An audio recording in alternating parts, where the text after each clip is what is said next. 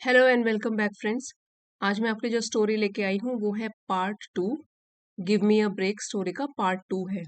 जिन्होंने पार्ट 1 नहीं पढ़ा है कॉन्टेक्स्ट समझने के लिए, वो कल जो स्टोरी पोस्ट की गई थी उसका लिंक मैं डिस्क्रिप्शन में भी दे दूंगी, वो आप वॉच कर सकते हो। काफ़ी इंटरेस्टिंग स्टोरी है और आपने डिमांड करी थी पार्ट 2 भी चाहिए, आज पार्ट 2 पढ़ेंगे। वोकेबलरी बहुत ही अच्छी है जो आप spoken English day to day में यूज़ कर सकते हो, और इडियम्स एंड फ्रेजेस भी हैं। सो वीडियो भी हेल्पफुल रहेगा। इसी के साथ लाइक कर दीजिए, अगर चैनल पे पहली बार आए हैं तो सब्सक्राइब कर लीजिए, साथ ही नोटिफिकेशंस ऑन करना ना भूलें। तो आइए शुरू करते हैं। काउंसलर स्पीक्स टू प्रणय's मदर। सो कल की स्टोरी में था कि प्रणय काउंसलर से मिलने जाता है अपने स्कूल के। आज की स्टोरी में है कि प्रणय की माँ काउंसलर से बात करती है। ठीक है, काउंसलर हो गया सलाहकार, जो कोई चीज के बारे में गाइड करता है। On the day of parents teachers meet, it was only Pranay's mother who came. Parents teacher meet के दिन सिर्फ प्रणय की माँ ही थी जो आई थी, क्योंकि दोनों को बुलाया था वैसे तो, मदर फादर को, लेकिन सिर्फ उसकी मदर ही आई थी। She was a smartly dressed lady. यहाँ पे लेडी नाउन है, उनको डिस्क्राइब किया है कि स्मार्टली ड्रेस, अच्छे कपड़े उन्होंने पहने हुए थे स्मार्ट तरीके से, विद जेंटल मैनर्स। उनके जो मैनर्स थे वो देख के ही पता लग रहा था, जेंटल, काइंड और काम, विनम्र स्वभाव की थी। एंड कल्चर्ड वॉइस, उनकी जो आवाज थी वो कल्चर्ड थी। कल्चर्ड यहाँ पे एडजेक्टिव का काम कर रहा है, डिस्क्राइब कर रहा है। उनकी आवाज सुनकर ही पता लग रहा था she is a well educated women, having good knowledge, पढ़ी लिखी और सभ्य आवाज थी उनकी। Cultured voice. The counselor told her that Pranay was feeling some stress at home. Counselor ने टोल्ड बताया उनको कि प्रणय महसूस कर रहा था कुछ तनाव घर में, and that perhaps they needed to work this out to help him be relaxed for his exams. Perhaps का मतलब होता है शायद, और शायद they needed, उनको जरूरत थी, टू वर्क समथिंग आउट, इसका मतलब हुआ हल निकालना किसी चीज का, to find solution of something, कि वो हल निकाले ताकि टू हेल्प हिम, उसकी मदद हो सके, प्रणय की मदद हो सके, बी रिलैक्स, ताकि वो थोड़ा काम डाउन हो सके, शांत हो जाए, रिलैक्स हो जाए अपने एग्जाम्स के लिए। ये तो काउंसलर ने प्रणय की मदर को बताया। अब इन्वर्टेड कॉमर्स में है, शी स्टेटेड, प्रणय की माँ का जवाब है ये, टू बी फ्रैंक। ये जो एक्सप्रेशन है टू बी फ्रैंक हम तब यूज करते हैं जब हम बिल्कुल स्पष्ट तरीके से कोई बात करना चाहते हो। टू बी फ्रैंक मतलब स्पष्ट तरीके से कहूँ तो टू बी ऑनेस्ट ये भी बोल सकते हैं। We too feel the stress because of him. We यहाँ पे मदर फादर दोनों के लिए है कि हम दोनों भी महसूस करते हैं तनाव उसकी वजह से, प्रणय की वजह से। ये उसकी माँ ने काउंसलर को बताया। Can you elaborate on that. Elaborate का मतलब होता है विस्तार से बताना, एक्सप्लेन करना। तो काउंसलर पूछ रही है कि क्या आप क्लियरली इलेबोरेट डिटेल में बता सकते हो इसके बारे में, ऑन दैट। अब यहाँ पे उसकी मदर का जवाब है, इन्वर्टेड कॉमर्स में है, और बोला गया है you see.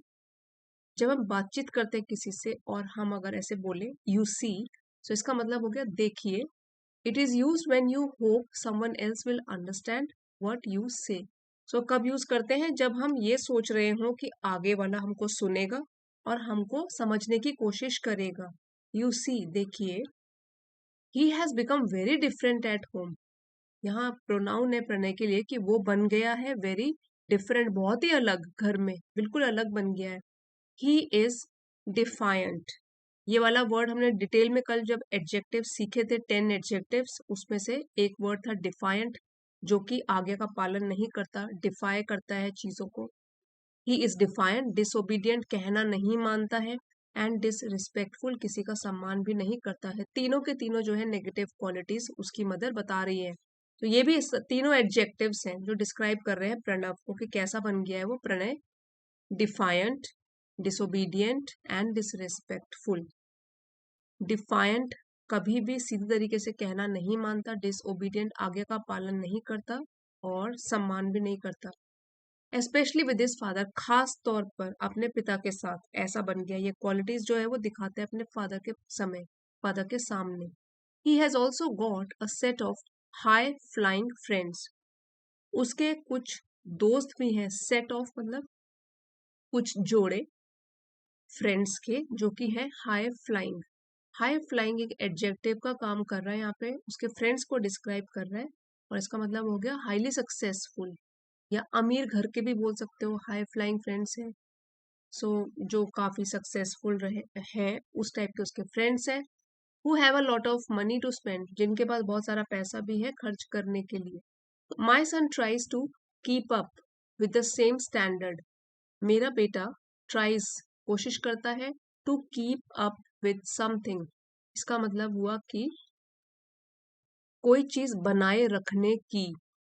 To keep up मतलब बनाए रखना, क्या, विद द सेम स्टैंडर्ड, कि जो उनका स्तर है, स्टैंडर्ड है, वो प्रणय भी कोशिश करता है वो भी बनाए रखे, जबकि वो तो हाई फ्लाइंग फ्रेंड्स हैं, काफी सक्सेसफुल फ्रेंड्स हैं, which is not possible because we are not that affluent, जो कि संभव नहीं है क्योंकि हम लोग जो है उतने अमीर नहीं है। अफ्लुएंट का मतलब होगा जिनके पास खर्च करने के लिए काफी पैसा है। वी आर नॉट दैट, उतने भी हम अमीर नहीं है। My son's high demands and my husband's constant taunts, अब मदर बता रही है कि मेरे बेटे की जो बड़ी बड़ी डिमांड है, जो जरूरतें हैं, और मेरे हस्बैंड की कांस्टेंट लगातार जो टॉन्ट्स है, ताने हैं।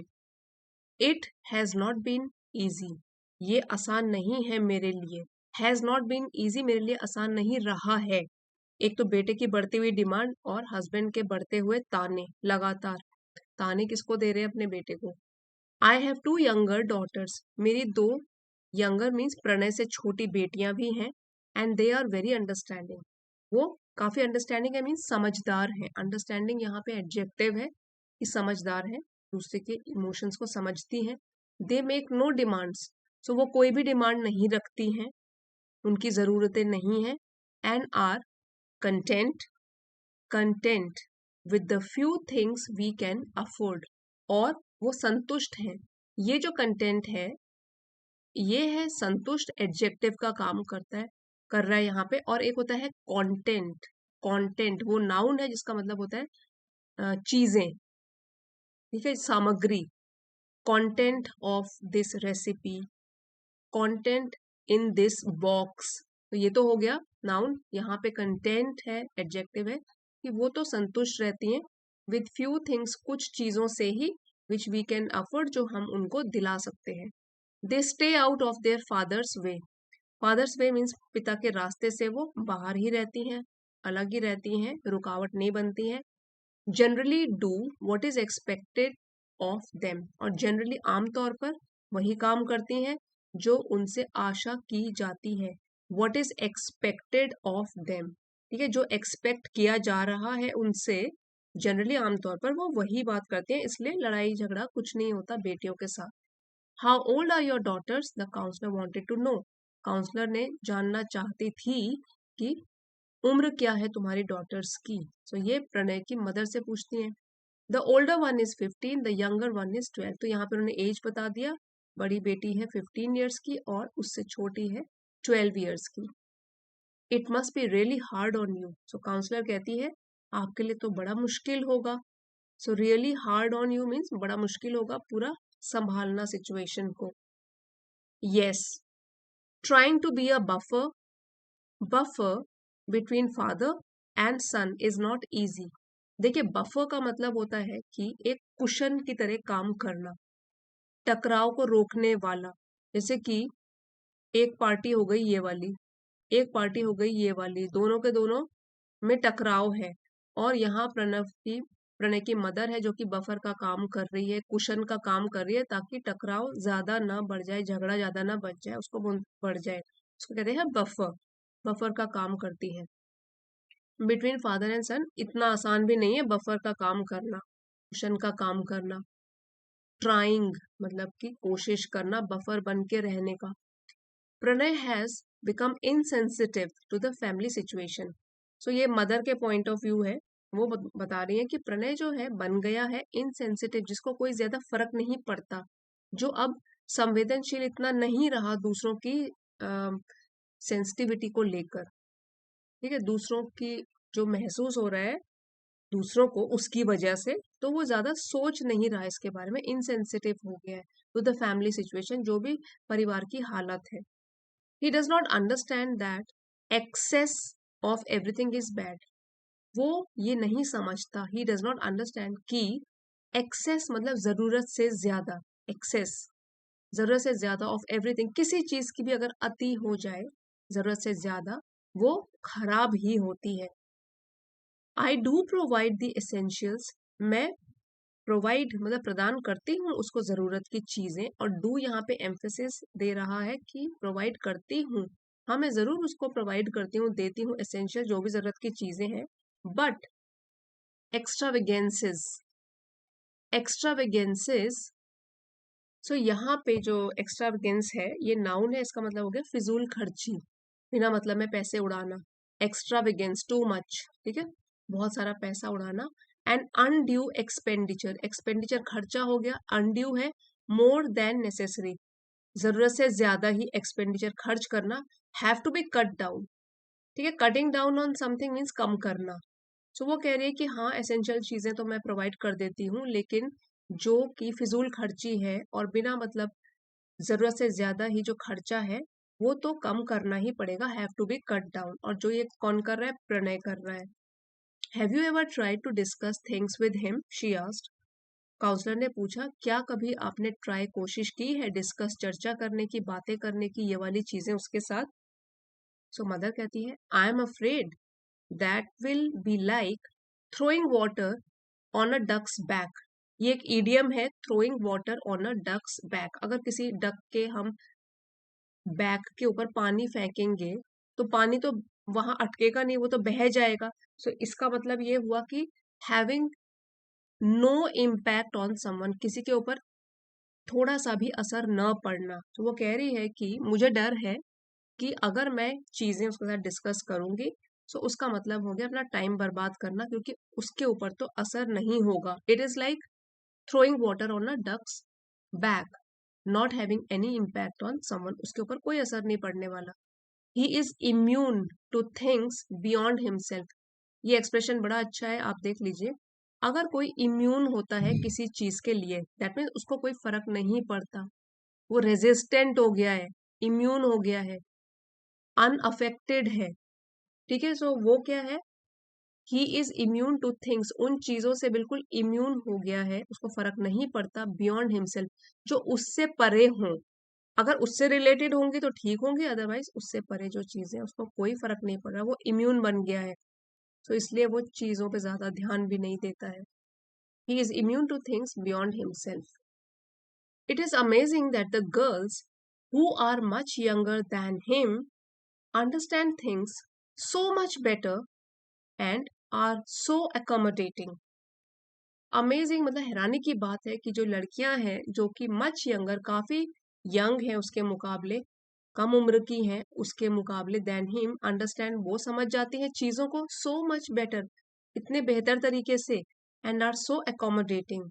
accommodating ये हमने कल किया था, ये वाला वर्ड, ये भी एडजेक्टिव है, इसका मतलब हो गया जो दूसरों की मदद करता है और सेंसिटिव होता है दूसरों की जरूरत के प्रति, who is willing to help you.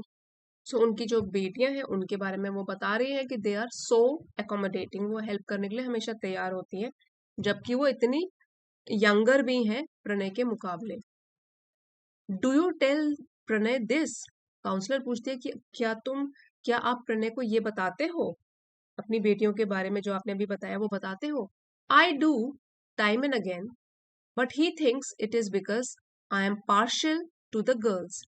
So time and again का मतलब हो गया समय समय पर, हाँ रिपीटेडली बता लेती हूँ मैं समय समय पर ये चीज, लेकिन वो सोचता है इट इज बिकॉज कि ये सब इसलिए है because I am partial to the girls. Partial का मतलब होता है कि एक किसी की साइड लेना, पक्षपात करना, कि मैं उनकी साइड ले रही हूँ, गर्ल्स की साइड, बेटियों की साइड ले रही हूँ, ये वो सोचता है।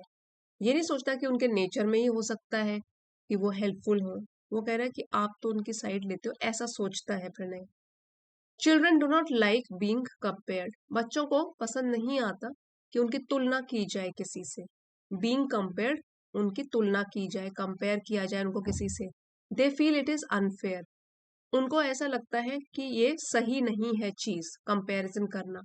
Sometimes it gets their back up, ये भी एक इडियम है, getting the back up means make someone angry. तो समटाइम्स कभी तो ये उसको गुस्सा भी दिला देता है व्हेन दे एनकाउंटर रियल और इमेजिन पार्शियलिटी। तो यहाँ पे काउंसलर बता रही है कि जब बच्चों का कंपैरिजन होता है दूसरों के साथ तो तब क्या होता है, कभी कभार क्या होता है, it gets their back up, उनको गुस्सा दिला देते हैं ये वाली चीजें। व्हेन दे एनकाउंटर, जब उनका सामना होता है रियल असली पार्शियलिटी से, असली पक्षपात से, या इमेजिन, या तो जो वो खुद ही इमेजिन कर रहे हैं, अपने मन में कल्पना कर रहे हैं कि पक्षपात कर रहे हैं। जैसे ये प्रणय सोच रहा है कि मेरी मॉम पक्षपात कर रही है, लड़कियों की साइड ले रही है। This could be one of the reasons why Pranay is being difficult. So counsellor अब इस नतीजे पर पहुंचती है, कहती है कि दिस कुड बी, हो सकता है, वन ऑफ द रीजंस, जो रीजंस तो और भी हो सकते हैं लेकिन ये एक कारण भी हो सकता है, व्हाई प्रणय, क्यों Pranay is being difficult. So somebody, if somebody is being difficult that means someone is not cooperative या हॉस्टाइल है, वो लड़ाकू बन गया है, वो डिफिकल्ट है, उसको डील करना मुश्किल हो रहा है उसके साथ, कोऑपरेट नहीं कर रहा, वो बात भी नहीं मान रहा किसी की।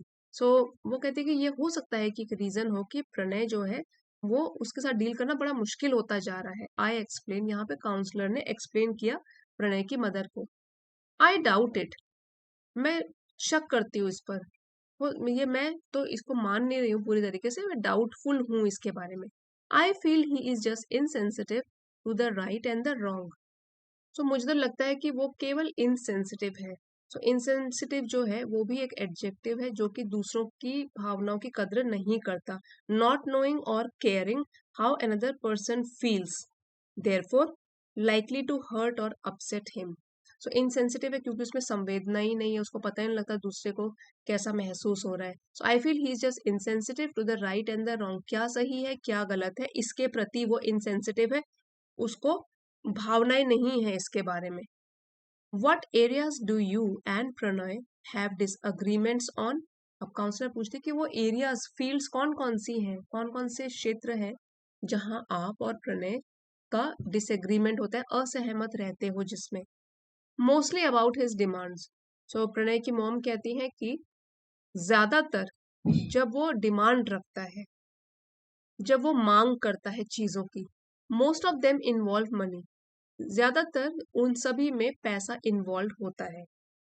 But he also does not realise some basic things, लेकिन वो कुछ नॉर्मल सी चीजें भी महसूस नहीं करता या उसको एहसास नहीं होता उन चीजों का।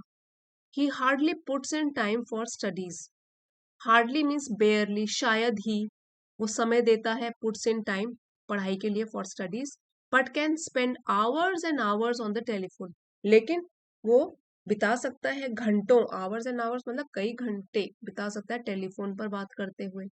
Sometimes our family and friends complain that they can never get in touch with us. So कभी कभार तो हमारे फैमिली, परिवार वाले लोग और दोस्त लोग कंप्लेन, शिकायत करते हैं, दे can never get in touch, वो हमको जब फोन करना चाहते हैं तो बातचीत नहीं कर पाते। गेट इन टच मतलब संपर्क स्थापित नहीं कर पाते with us, because the phone is always engaged. Engage का मतलब है व्यस्त, क्योंकि जो हमारा फोन है वो हमेशा ही बिजी रहता है, क्योंकि प्रणय लगा रहता है उसमें बात करने के लिए।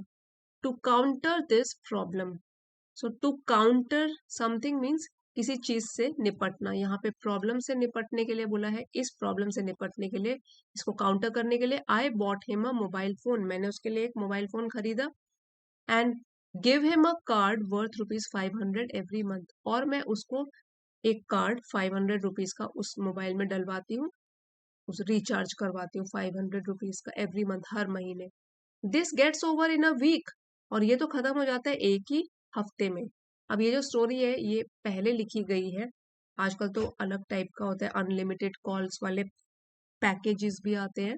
ये पहले की स्टोरी है जहाँ पे कार्ड्स का नंबर डालना पड़ता था तो महीने का रिचार्ज होता था, उसका है ये। This gets over in a week, वो तो हफ्ते में ही खत्म हो जाते हैं ये ₹500 तो, और 10 डेज या बहुत से बहुत 10 दिनों में, and then the landline becomes his, और तब जो लैंडलाइन है घर का वो उसका कब्जा प्रणय कर लेता है, अपना कब्जा उसके ऊपर। माई पुअर गर्ल्स, मेरी बिचारी लड़कियां, मेरी बिचारी बेटियां। जो एक्सप्रेशन है बोलने का, माई पुअर गर्ल्स, उनको दया आ रही है अपनी बेटियों के ऊपर कि वो तो यूज ही नहीं कर पाती है phone. Perhaps you need to assert yourself more, शायद आपको जरूरत है, assert मतलब क्लियरली चीजें को बताने की, assert करने की, अपने आप को ज्यादा, घर में आपको ज्यादा assert करना है, अपने आप को क्लियरली चीजें लोगों को बतानी है उनके मुंह पर। The counsellor suggested, so counsellor ने ये सलाह दी। अब उसकी माँ बोलती है, then he becomes more difficult, अगर मैं असर्ट करने लग जाऊं, स्पष्ट तरीके से बातों को मुंह पे बोलने लग जाऊं, तब तो वो बन जाएगा मोर डिफिकल्ट, मतलब डील करना उससे बड़ा मुश्किल हो जाएगा। एंड आर्ग्यूमेंटेटिव, ये भी एडजेक्टिव है और इसका मतलब होता है आर्ग्यूमेंटेटिव का, जो कि बहुत ही बहस करने वाला होता है। यहाँ पे लिखा है बहस करने वाला, जवाब देने वाला, आगे से जवाब दे देगा, डिफिकल्ट बन जाएगा, आर्ग्यूमेंट करने लग जाएगा। एंड ऑलमोस्ट ब्रूटिश, और लगभग ब्रूटिश ही बन जाएगा। ब्रूटिश जो है वो और भी नेगेटिव हो गया, क्रूअल, क्रूर हो जाएगा, मतलब आक्रामक हो जाएगा। तो इतनी बुरी हालत हो जाएगी अगर मैं सजेस्ट करूंगी और एसर्ट करूंगी अपने आप को घर में। ठीक है, तो ये नए नए वर्ड्स हैं यहाँ पे। somebody who is very difficult to deal with, ठीक है, मोर डिफिकल्ट, आर्ग्यूमेंट जो करता है उसको बोलते हैं आर्ग्यूमेंटेटिव, और ब्रूटिश तो हो गया बहुत ही क्रूअल, क्रूर तरीके का। Okay, let me discuss this with Pranay. So counsellor बोलती है ठीक है, मुझे भी चर्चा करने दो, बातचीत करने दो इसके बारे में प्रणय के साथ। I hope you can make some headway, so mother कहती है प्रणय की कि मैं आशा करती हूँ, यू कैन मेक, कि आप बनाओगे, सम हेडवे, हेडवे का मतलब होता है प्रोग्रेस, कि कुछ प्रोग्रेस होगी इस मैटर में, क्योंकि काउंसलर को हमने कंसल्ट किया है। बिकॉज क्योंकि I am at the end of my tether, tether, so ये भी एक ईडियम है। Being at the end of one's tether मतलब हैविंग नो स्ट्रेंथ और पेशेंस लेफ्ट, अब तो बस बहुत ज्यादा हो गया, न तो अब पेशेंस रहा, धैर्य रहा, न ताकत रही। तो मदर क्या बोलती है कि मैं आशा करती हूँ कि आप ही कुछ प्रोग्रेस करोगे इस मैटर में, क्योंकि मेरी तो अब हिम्मत ने जवाब दे दिया और मेरे धैर्य ने भी जवाब दे दिया। आई am at the end of my tether. Friends, इस लेसन का पीडीएफ आपको चैनल की एलीट मेंबरशिप में मिल जाएगा, आप चाहें तो इसको ज्वाइन कर सकते हो। अब एक सोचने वाला क्वेश्चन है, हॉट्स वाला, हाई ऑर्डर थिंकिंग स्किल्स का। सो ये आप पढ़ो और try to give answers in your own words. Suppose you come across a child, अगर आपका आमना सामना होता है, सपोज, ठीक है, मान लीजिए आपका आमना सामना होता है, a child grappling with a situation, grappling means try to solve it, जो कि सामना कर रहा है इसी प्रकार की सिचुएशन का जो कि प्रणय कर रहा है चैप्टर में, similar to that of Pranay, and decide to extend the best possible help to them, और आप डिसाइड करते हो, फैसला करते हो कि आप उसकी मदद करोगे, जितना हो सकेगा आपसे उतनी मदद करोगे। How would you go about mentoring him in such a scenario, so आप किस तरीके से मेंटोर करोगे, उसको गाइड करोगे इस सिचुएशन में जिसमें कि प्रणय फंसा हुआ है। सो ये पार्ट 1 में ये हमने डिस्कस किया था, क्या प्रॉब्लम फेस कर रहा है प्रणय। सो आप कोशिश कीजिए 4-5 सेंटेंसेस का आंसर बनाने की, और कमेंट्स में अगर लिखना चाहें तो आप लिख सकते हो, आप किस तरीके से मेंटर करना चाहोगे उसको, उसको गाइड करोगे इसी टाइप से जैसे काउंसलर ने गाइड किया था, तो आपके विचार क्या हैं इस बारे में। सो जब भी हम कोई रीड करते हैं, ठीक है, तभी कहते हैं ना, reading develops critical thinking in us, critical तरीके से सोचते हैं कि अगर ऐसी सिचुएशन होगी तो मैं क्या करूंगा। आप भी बताइए, अगर ऐसा बच्चा आपके सामने आता है, हेल्प मांगता है, आप डिसाइड करते हो कि हेल्प करोगे, तो किस तरीके से करोगे। You can write down any 3-4 lines about it. एक और सेकंड क्वेश्चन है, अगर आप चाहते हो तो इसको भी लाइफ स्किल से रिलेटेड है, सॉल्व करना चाहते हो तो ये कर सकते हो। देखिए, he has also got a set of high flying friends, ये मदर कह रही है ना कि उसके कुछ अमीर दोस्त हो गए हैं, who have a lot of money to spend, काफी पैसा है उनके पास खर्चने के लिए। My son tries to keep up with the same standard, मेरा बेटा भी ट्राई करता है, कोशिश करता है कि वो भी बनाए रखे वैसा ही स्तर जैसे उसके अमीर दोस्तों का है, जबकि हमारे पास तो इतने पैसे नहीं है। लेमेंट्स प्रणयस मदर, सो लेमेंट का मतलब होता है दुख मनाना, टू शो सोरो, दुख दिखा रही है उसकी मदर, ऐसे बोल के काउंसलर को।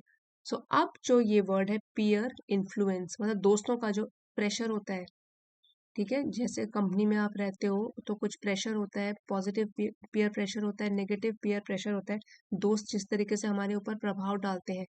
पीयर इन्फ्लुएंस और peer pressure is a part and parcel of growing up. Part and parcel का जरूरी हिस्सा है ग्रोइंग अप का, and can be daunting to deal with. So daunting का मतलब होता है जो जोश कम करने वाला, मतलब बड़ी मुश्किल होती है उससे डील करना अगर पीयर प्रेशर पड़े किसी की बच्चे के ऊपर। Constant comparisons by parents and teachers along with the desire to fit in. So एक तो कंपैरिजन होता है पेरेंट्स से, पेरेंट अपने बच्चों का कंपैरिजन दूसरों के बच्चों से करते हैं, फिर टीचर्स भी करते हैं बच्चों का कंपैरिजन दूसरों से, along with the desire to fit in, और साथ ही में बच्चे खुद की भी डिजायर होती है कि मैं fit in means try to belong to a group, किसी पर्टिकुलर ग्रुप में मैं बिलोंग करूं, उनका हिस्सा बनूं, वो मुझे एक्सेप्ट करें। सो वो होता है डिजायर टू फिट इन, मतलब फिट इन करने की कोशिश करना। एक हो गया हमारा ये टेंशन, हो गया पेरेंट्स की तरफ से कंपैरिजन का टेंशन, टीचर्स की तरफ से कंपैरिजन का टेंशन, साथ ही खुद का टेंशन फिट इन होने का किसी ग्रुप में। Make children imitate the actions, ambitions and lifestyles of certain peer. इसकी वजह से क्या होता है, जो बच्चे हैं इमिटेट मतलब नकल करने लग जाते हैं एक्शंस की, कैसे दूसरे लोग जो भी ग्रुप के होंगे, सर्टेन पीयर्स, कुछ दोस्त लोग कैसे एक्शन करते हैं, क्या उनकी महत्वाकांक्षाएं हैं और कैसा लाइफस्टाइल वो जीते हैं, जो किसी किसी की कॉपी करने लग जाते हैं बच्चे भी स्ट्रेस में आकर। How in your opinion can this situation be handled.